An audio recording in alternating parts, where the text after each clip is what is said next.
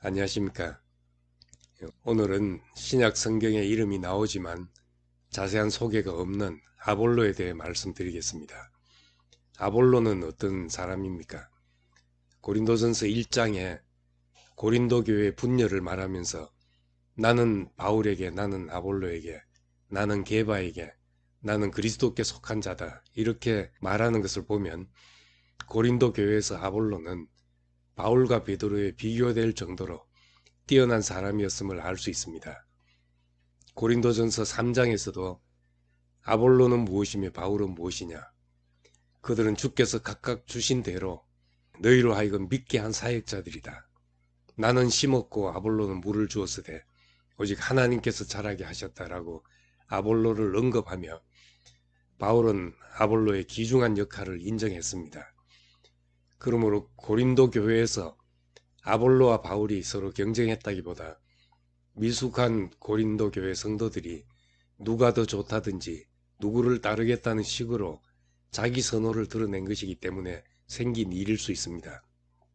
그래서 바울은 이런 성향을 육에 속한 것이라고 책망했습니다.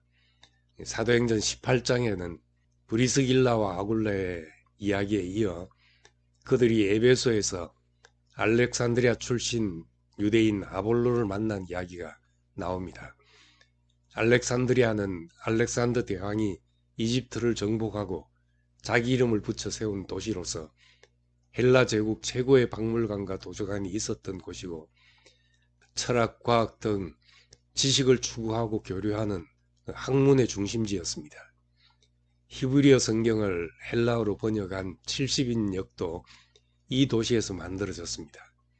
그래서 사도행전에서 아볼로를 소개할 때 알렉산드리아 출신으로 언변과 학식과 성경에 능통한 자라고 했습니다.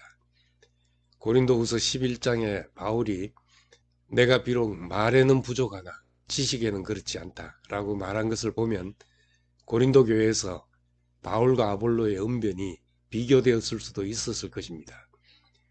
그런데 사도행전으로 다시 돌아가 아볼로에 관한 말을 보면 그는 이미 주의 도를 배워서 알고 있었고 열심히 예수에 관한 일을 말하며 정확하게 가르쳤다. 그러나 그는 요한의 세례밖에 알지 못하였다라고 하였습니다.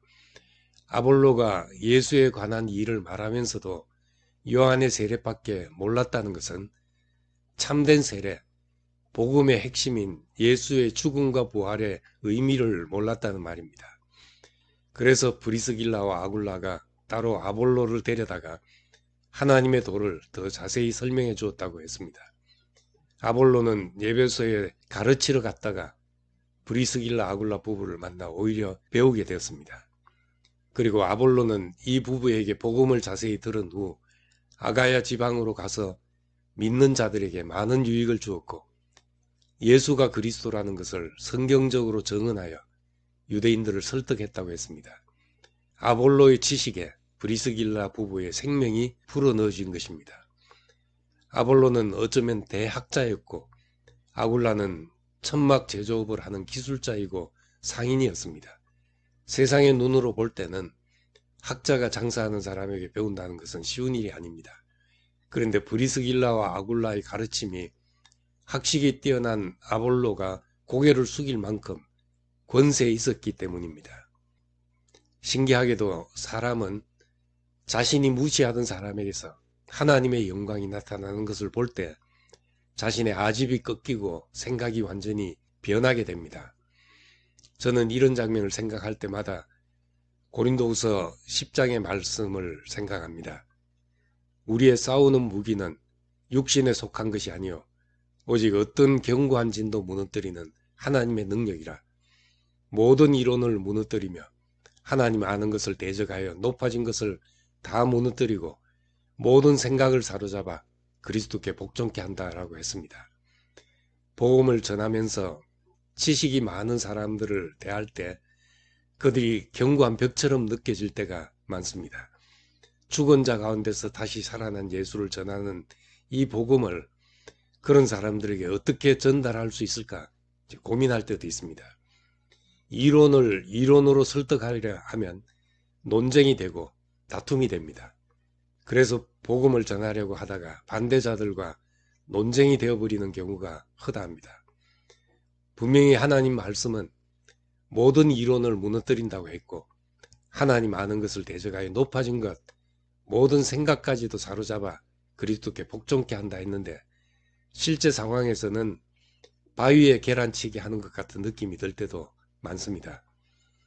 그런데 이 말씀의 중요한 포인트가 뒤에 있습니다.